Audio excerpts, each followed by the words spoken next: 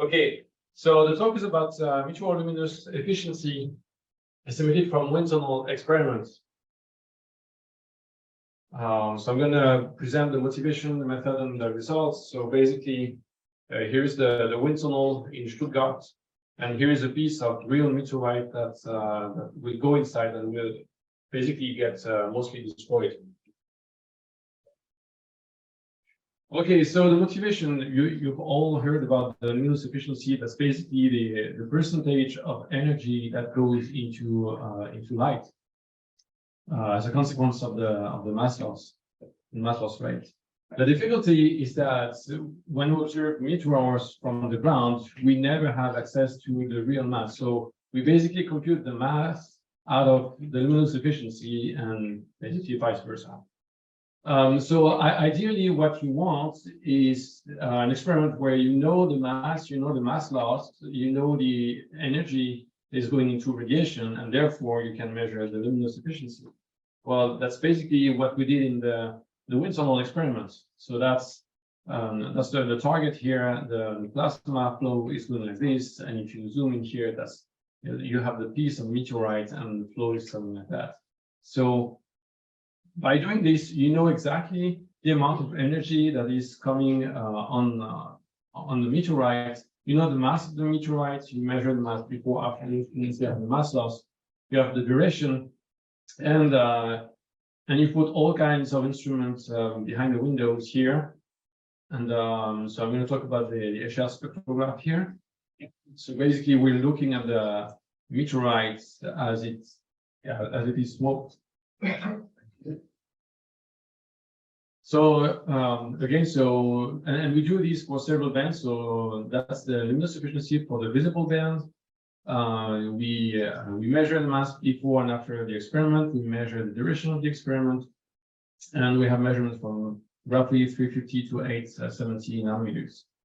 In order to calibrate the luminous energy, we have calibration lamps, and we all scale it up to the bigger flux to have equivalent magnitude. So here are the spectrum taken for several kinds of meteorites.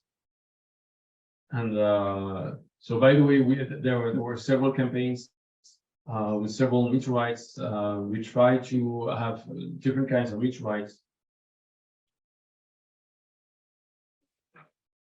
Okay, and here are the results. So this is the luminous efficiency in the V band for several kinds of meteorites, and the amount of iron is increasing like this. So we would like to see a tendency. It's not that obvious, obviously. Another thing that you can notice is that the value of the luminous efficiency is basically a fraction of a percent, up to 1% for certain meteorites. Another one is that as we do this, we can do this for any band. So the luminous efficiency will depend on the band. However, the ones measured in the I band are not reliable because we have emission from the plasma itself. But anyway, measurements for UV, VR bands make total sense. So, to our knowledge, that's the first time that we have a measurement of luminous efficiency from artificial meteors. The values we found are again a fraction of a percent to 1% at most. It's consistent with the previous study from meteor themselves, so it's encouraging. We see dependency with the band and probably with the content of iron, but this is still under study.